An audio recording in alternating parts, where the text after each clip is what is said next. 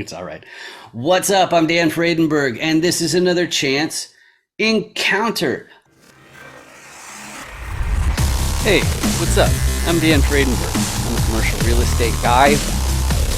I'm from the internet.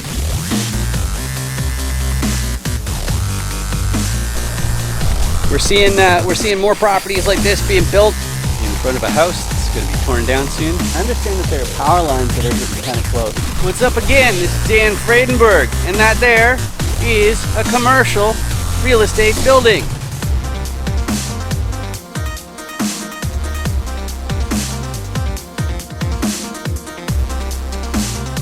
I'm joined today with John Ballenger. How are you doing today, John? Man, I'm doing awesome, Dan. I'm so excited to talk to you.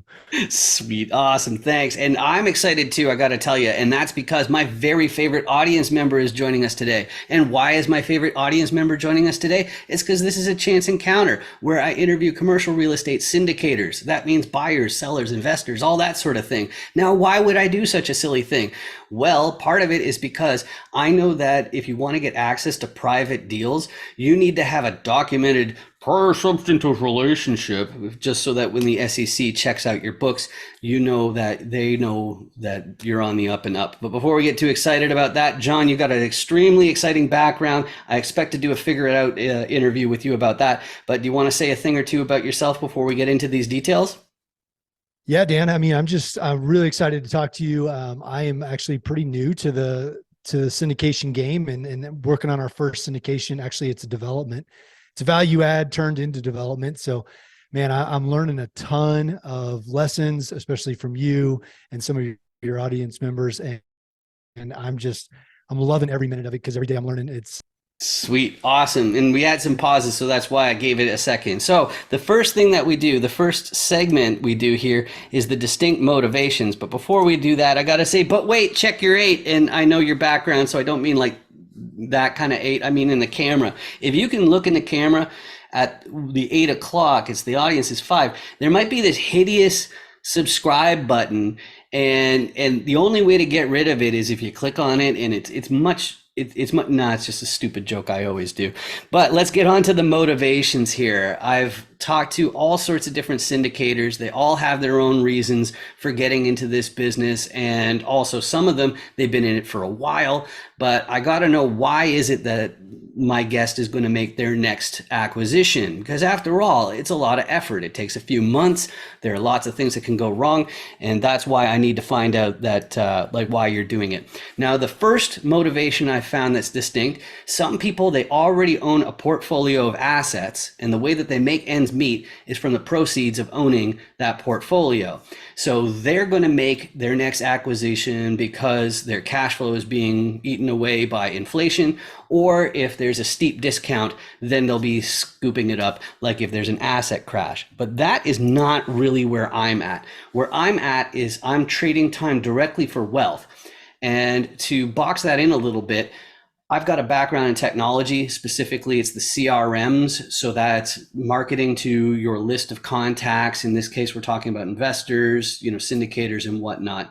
And the problem with being in tech and getting that high salary is you're paying more in taxes than anybody else. So it hit me, shouldn't I pivot into something where I'm getting rewarded in the form of deployed capital, AKA equity? And so that's what I'm up to in the big scheme of things. But many people, especially when they're first getting started, they're just seeing dollar signs. But really what they're up to is they want to control their schedule. Maybe that means they want to fast track to retirement, but maybe it just means they want to work fewer months per year or fewer weeks per month or something like that. But that is different from the next group, because the next group, they are highly motivated. They have no intention of retiring. They want that generational wealth. They want to buy their entire hometown. They want to make sure that their great grandchildren never have to hold a day job. And that's why they're going to be hustling into their 90s, which is fairly similar to this last group, where they've found a sector of society, or maybe it's the environment, or maybe it's animals. Who knows? But regardless, they realize that to make a really big impact, there's a huge financial component to that. And that's why they're making their commercial acquisitions. So of those 5 different motivations, John, what combination of those jumped out to you and do you feel describe you best? Man, Dan, I am between 4 and 5. So I am loving to invest back into my hometown. Tulsa is where our first deal is. We're looking at Oklahoma City after that, and now Colorado Springs, where I'm now living. So it's just really investing where I live to make the place better when I leave than it was before when I got here. So, and then also, yeah, to help people who need it is a big driver for me. I just really want to give generously. I want to live generously. And I know that I have a bigger impact if I can do that through commercial real estate.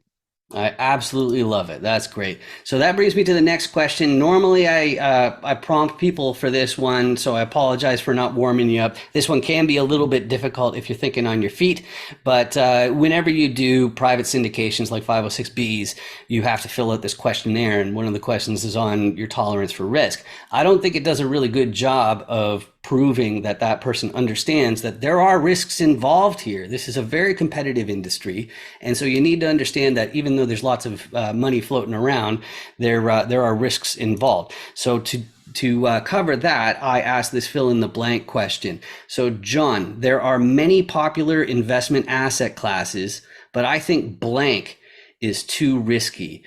Please fill in the blank. It doesn't have to be real estate. If there's a form of real estate that you don't like, that's fine. You can go ahead and say that. But if there's something else where you're just like, I just can't invest in that because of the risk, what comes to mind? I would say, Dan, for me, single family is a little bit too risky. You lose a tenant, you lose 100% of your revenue. I've done single family for a while in my own homes and renting them out. And so now just the scalability of multifamily is right on the ticket, I will say, of being too risky, but I still love it. Excellent, excellent, excellent. And I got ahead of myself and I hit that button, and this animation for "I'm so glad I subbed" came up. This thing kills me every single time. I'm just wow. But anyway, it brings us to the next section, and this is the important bonus for you in the audience here, which is in every episode of Chance Encounters, I pull out the Dan Does Deals commercial competency cube with the 6 different core roles in a commercial deal. And the reason why it's so important that I do this in every episode is because it teaches you how to effectively communicate on the subject of commercial real estate, and you will understand how my guest fits into those deals.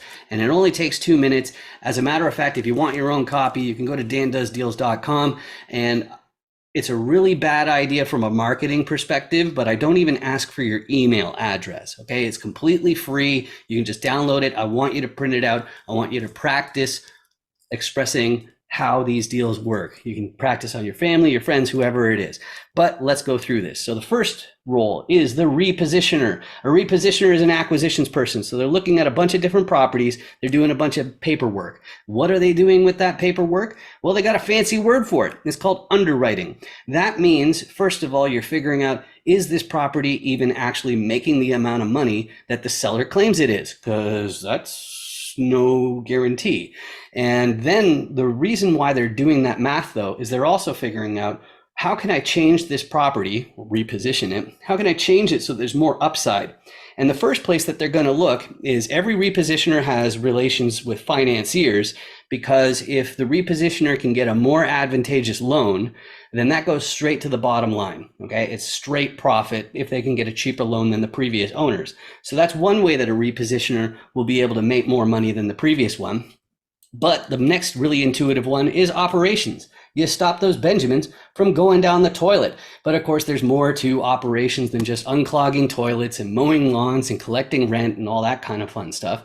One of the reasons why I'm attractive to some sponsorship teams is because of my marketing and automation side. The marketing is handy because if you have a vacancy rate problem, then you can take over, even if a third party is really running it, but you can come up with some new innovative ideas on how to fill those units. So that's basically what I bring to a lot of my teams. But the repositioner probably won't get enough upside from more efficient operations. So the next place they'll frequently look is they'll get a contractor team involved to do a value add, also known as renovations.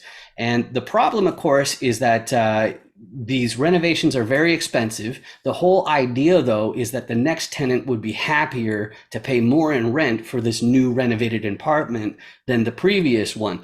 But to keep your eye on the contractors, make sure you're not wasting money on gold plating toilets and things like that. You need a local, especially if you're like me. See, I don't know if you know this, but I'm from the internet.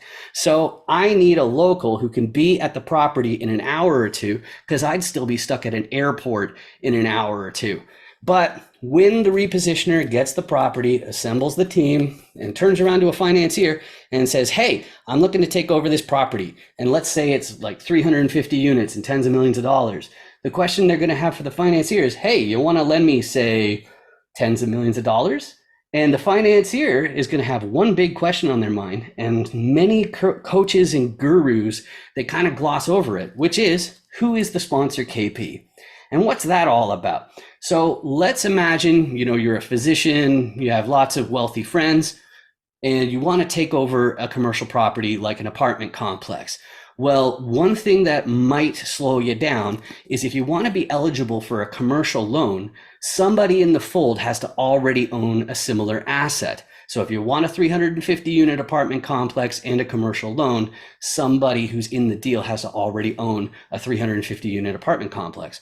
On top of that, you also need a certain amount of liquidity, and you need a balance sheet among the different owners of at least the amount of the loan. But if you put all of that together, you've got yourself a commercial real estate deal.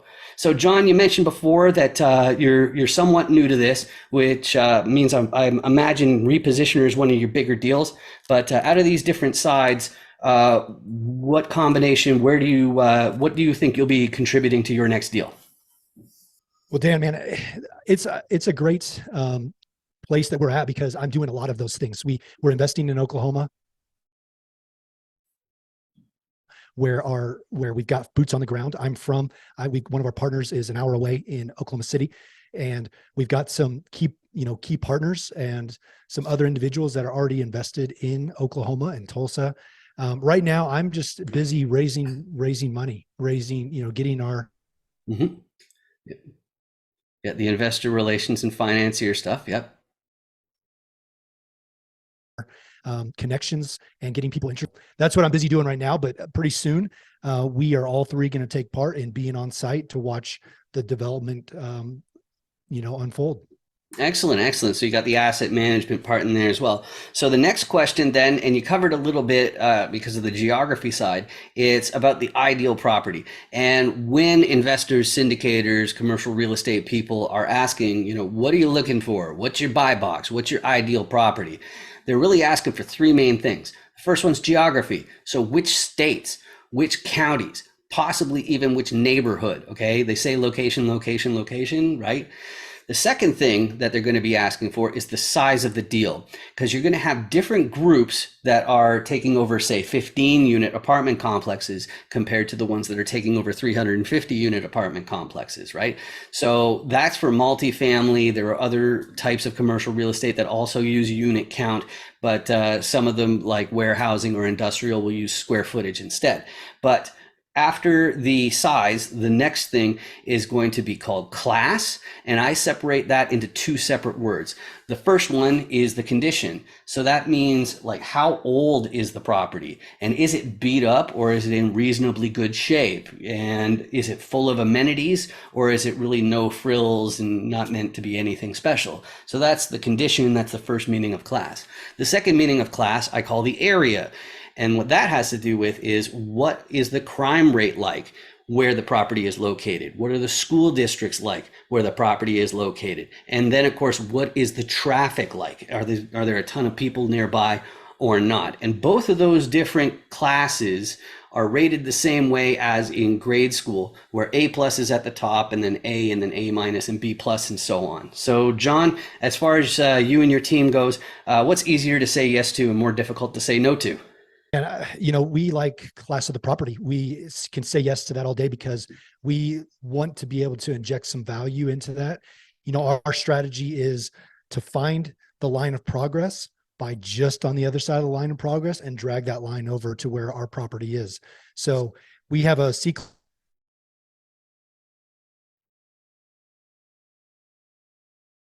class property that we're bringing up to probably a B plus. So we like B and B plus.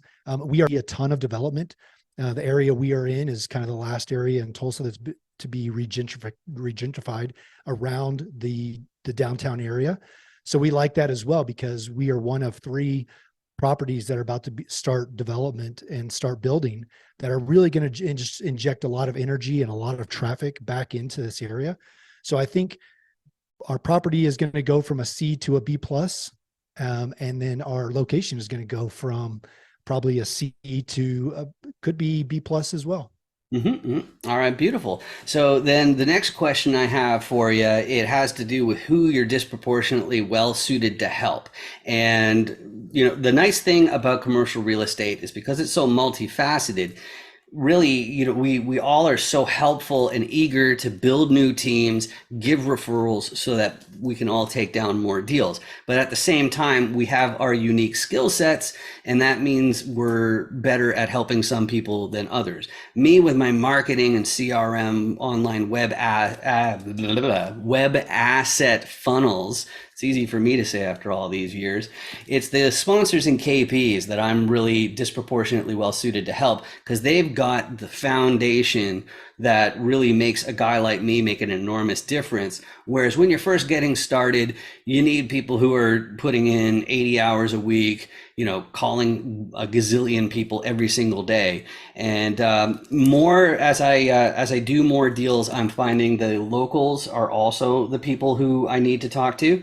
But as far as you go, John, and don't entice any investors if you have any 506B deals on. So if you have like some delicious pastries on your desk, don't wave them in front of the camera. It'd be way too enticing for the SEC from as far as I know. But who are you out there looking for? You can say beginners if you want as well.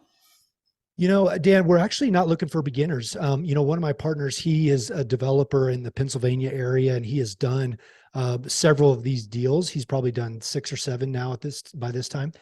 And so we are looking for some experienced investors. We're looking for, individuals that we can partner up with and can actually, they're experienced enough to pivot with us from this value add first phase to the development phase that's, a year to 2 years down the road.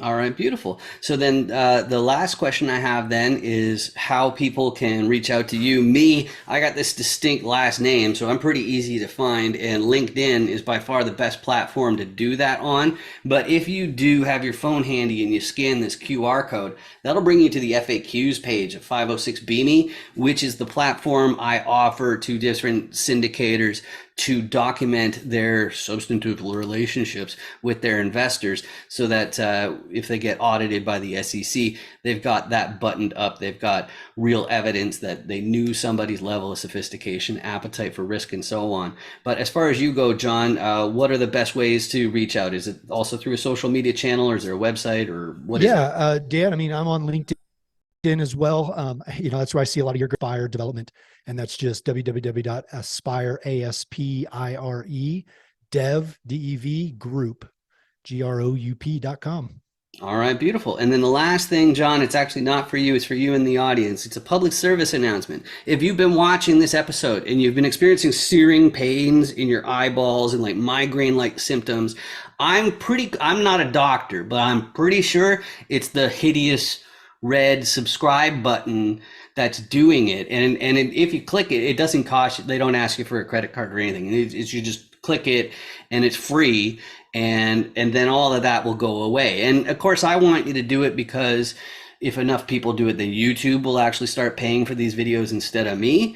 And that would be awesome. But as far as you're concerned, all that it means is that my videos might show up on your list of suggestions. And you can go ahead and ignore those suggestions because I just appreciate the fact that you spent this time with me. Just like John, I appreciate you joining me today. This has been great getting to know you. Man, you too, Dan. Thanks so much. Awesome. Make sure you 506B me. Any syndicators, make sure you 506B me. Hi. Oh, hey, yeah, here's my code. You got your QR code scanner? Okay, yeah, oh yeah, just hold it right in the square there. Okay, cool. And now you hit open in browser. Okay. Okay. Are you already logged into 506B me? Yes. Yeah, okay, cool. Yeah, so there's my video. So now I'm already on your watch list. So when you get back to your hotel, You can find out what my core competencies are and my level of sophistication. Sound good? Yeah. I love your hat. Real estate's a scam. That's really funny. Yeah. Nice meeting you. You too. 506 B me, everybody.